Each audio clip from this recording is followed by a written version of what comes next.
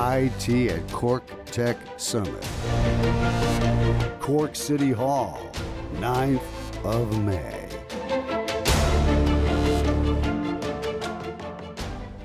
To take us there, will you please welcome the founder of True, the man who's going to talk about the future of work first, Mr. Bill Boorman. Thank you. Thank you, Bill. Thank you. Hello. This is an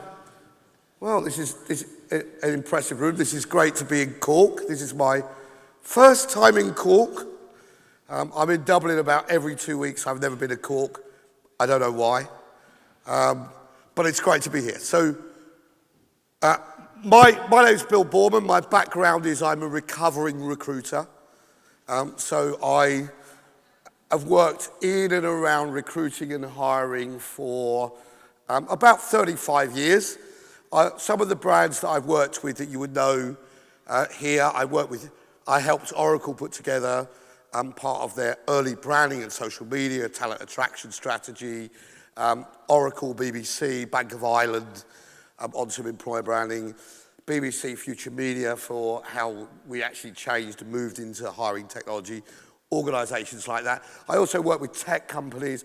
I spend a lot of time looking and thinking about the future of work. Unlike most of you, I don't actually have a job. I'm unemployed. So I was kind of ahead of my time by becoming unemployable about 15 years ago.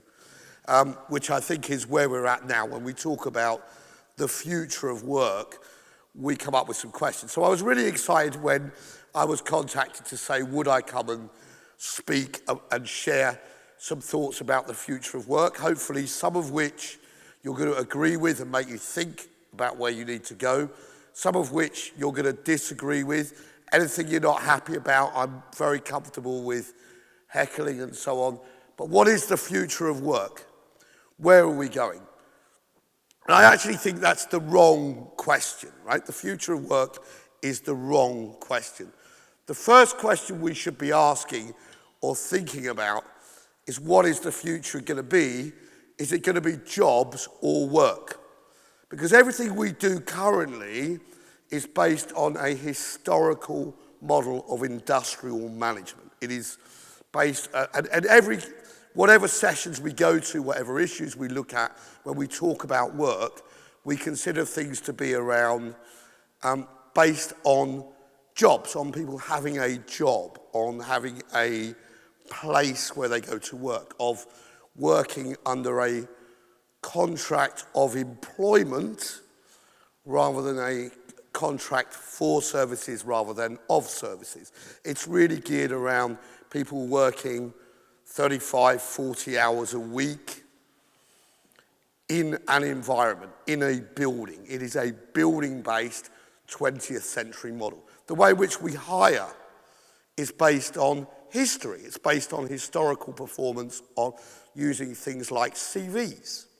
So using things like CVs as a selection tool and using past work performance as a predictor of future performance. That served us pretty well for hundreds of years, actually. And the reason it's served us well is jobs and work haven't changed very much until now. It's the technology around it has changed. But if you worked for insurance company A and we wanted to hire you in insurance company B, the fact that you'd have the same job title for 2 or 3 years and you had a certificate from a university that we knew, which was similar to a university we went in, was a pretty good predictor that you would come into this job and be successful. And so all of our hiring, our retention and our management systems around people was built on a system of work based on your historical performance. What have we done before? And the fact that the work, when we looked forward, the jobs weren't going to change very much. You're going to do this job, we might change your grade, or you might go from job A into job B. There was a very predictable career path. You joined an organisation, you worked for that organisation. In the end, they gave you got a clock at the end of that. That's what happened. We worked for the day that someone gave us a clock and said, thanks for coming to us. We attracted all people in that way. We managed people in that way. And the way in which we looked at the success of people in our organisations was was things like retention was an important metric, right? Retention was a big one. Still, we hear lots of people saying retaining talent, retaining staff. That's the driving force. Still, we're going into looking at every kind of CEO group, whatever conference I'm at, whenever there's CEOs speaking, everyone will say the number one challenge or the number one thing facing the success of our business is its people. People are our key differentiator.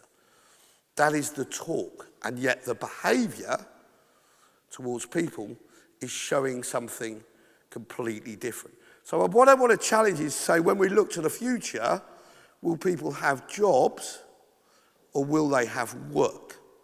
And what's actually happening now? Let's think about that for a second. From this point of view, we talk a lot about gig economy, right? We talk a lot about what the gig economy is. I actually think about when we look at how people view work on this basis, this is what we've got to think about.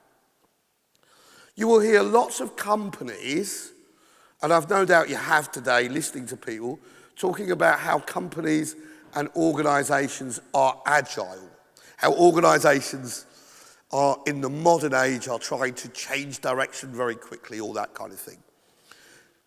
The secret is companies are not agile.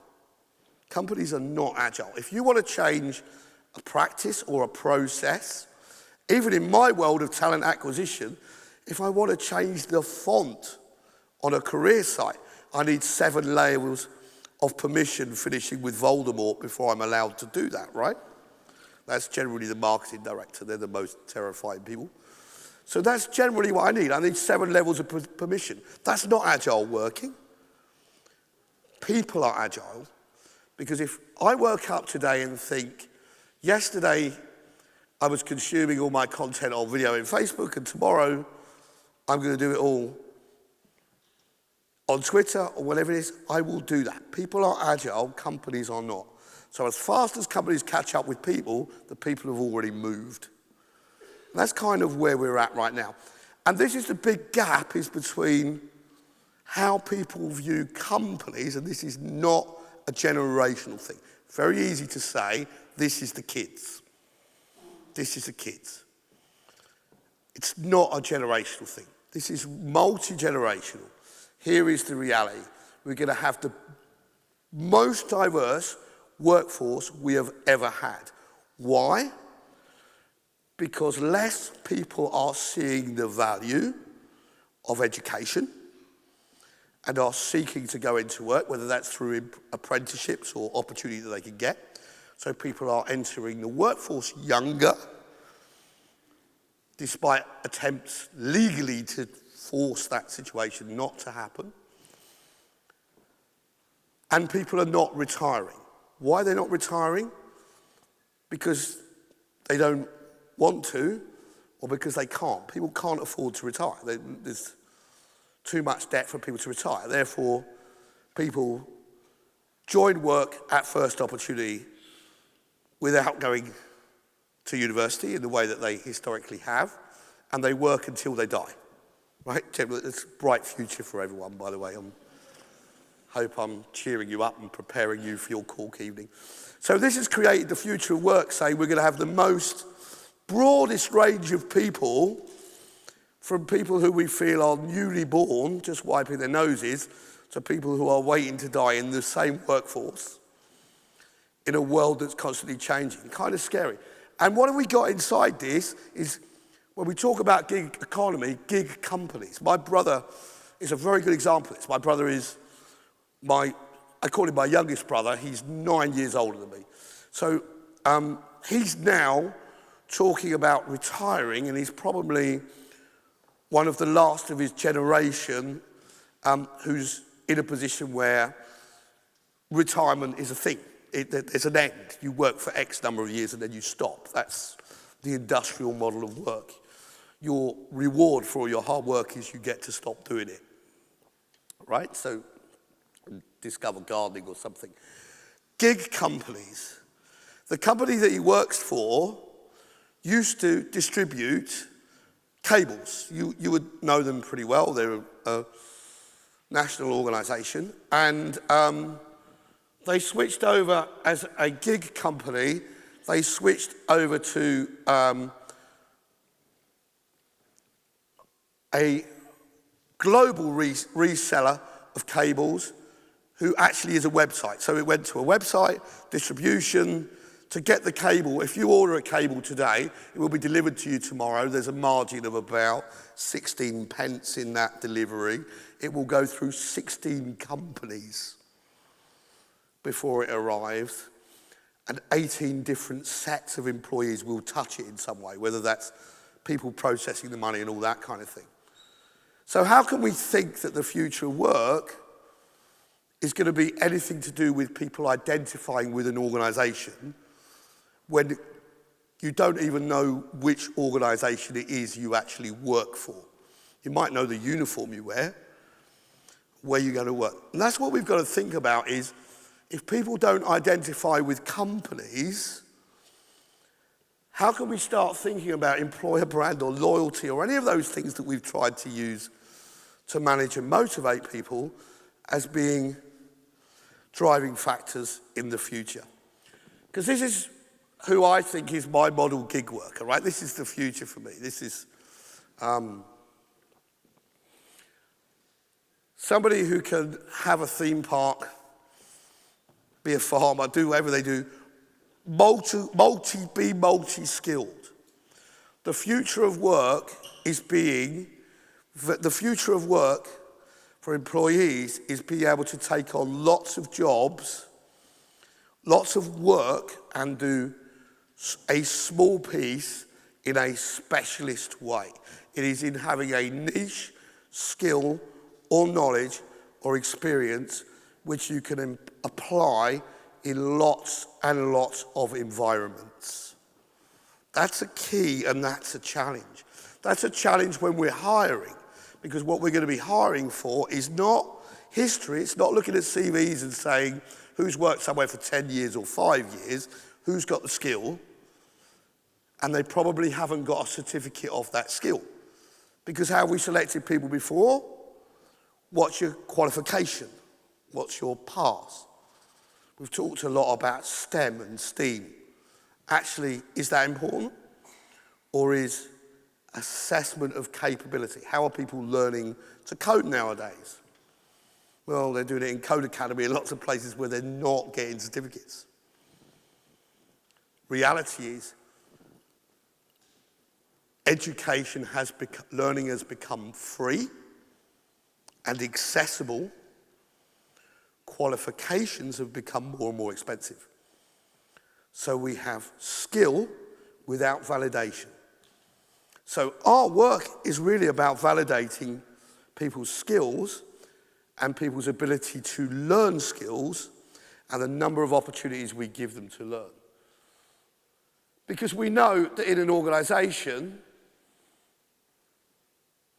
which is operating a model that they might consider to be the gig economy, 10% of the people who work in the gig economy, the people we talk about today, 10% of the people who, and we work in technology companies, so probably most of the gig workers we're talking about are very well paid gig workers in good economy, earning pretty well. They're enjoying the flexibility. 10% of people working in the gig economy want to work in the gig economy. 90% of people working in the gig economy do so because they need a gig. They have no other option. It is the means by which they eat.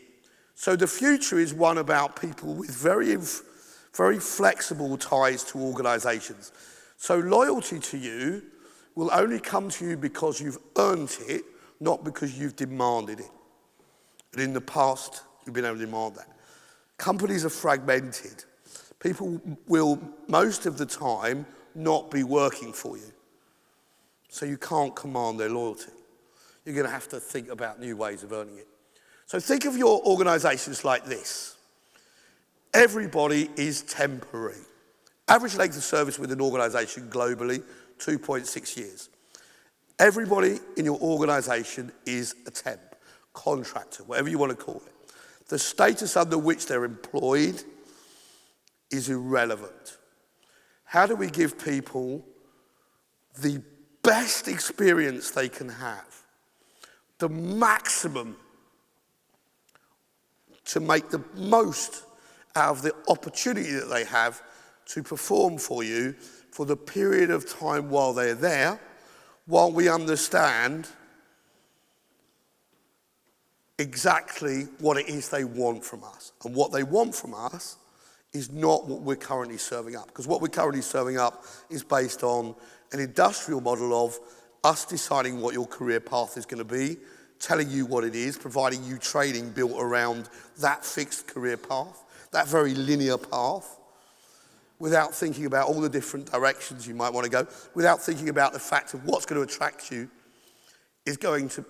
People take jobs now, I can tell you from the research that I do, people take jobs, what attracts them most to come and work for you is who they're going to work for next.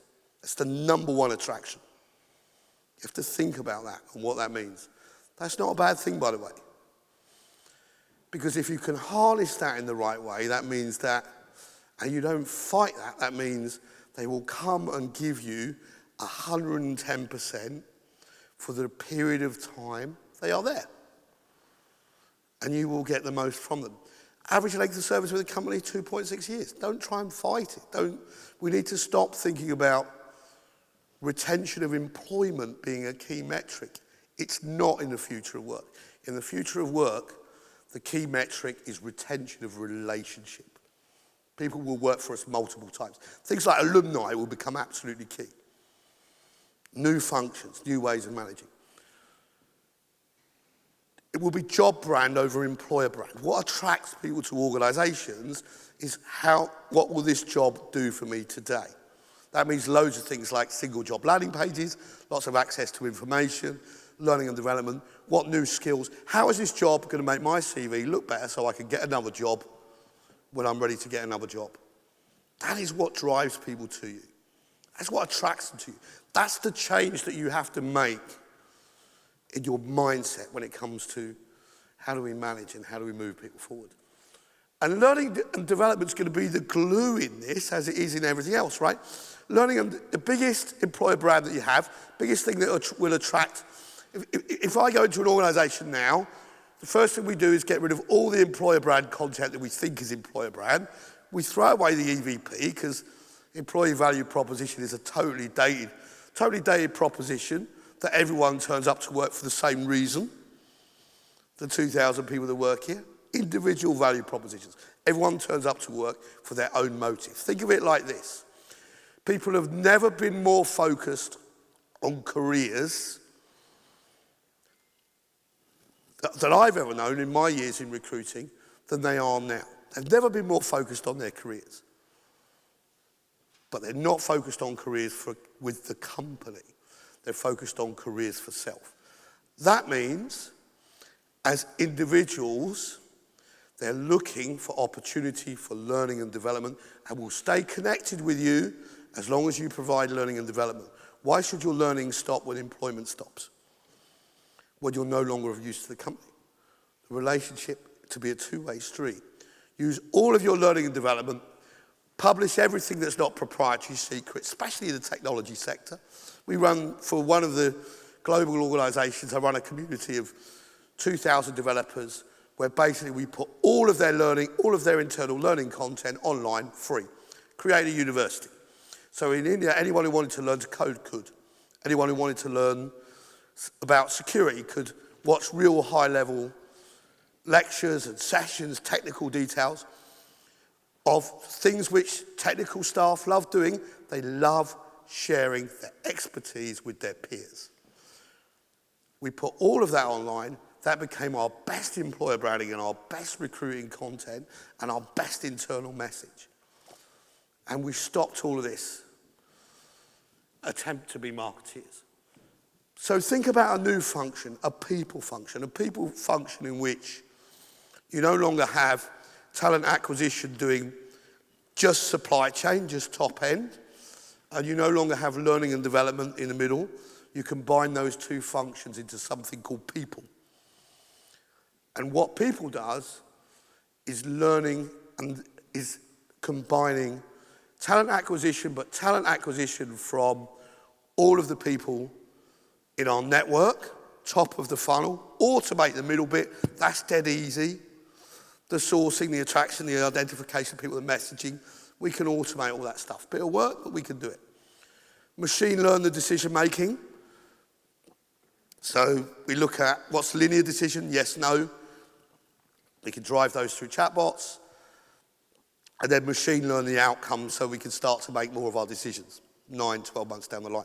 That's what we're building now and saying, actually, what do people want to see?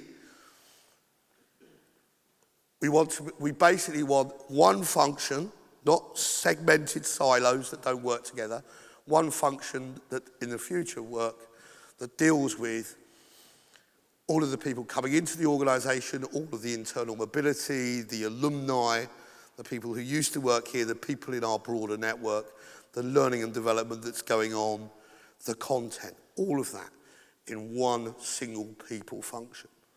Because that is the only thing that's going to make you, in my belief, fit for work. So I hope that's given you something to think about. As I said earlier, I guess I could say I'm ahead of my time because I've been unemployable for about 15 years, which was the last time I had a job. And I've been working on gigs ever since. People keep paying me, so it must be working out okay. IT at Cork Tech Summit. Cork City Hall, 9th of May.